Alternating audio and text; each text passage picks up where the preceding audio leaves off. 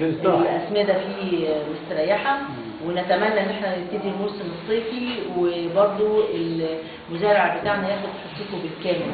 تسويق الحاصلات الزراعيه برضو قدامه بالثروه السمكيه، حمايه الملكيه العامه والتعاونيه والخاصه، فدخلوا برضو اهم حاجه رعايه التعاونيات، لان انا بعتقد ان الزراعه اساسا التعاونيات.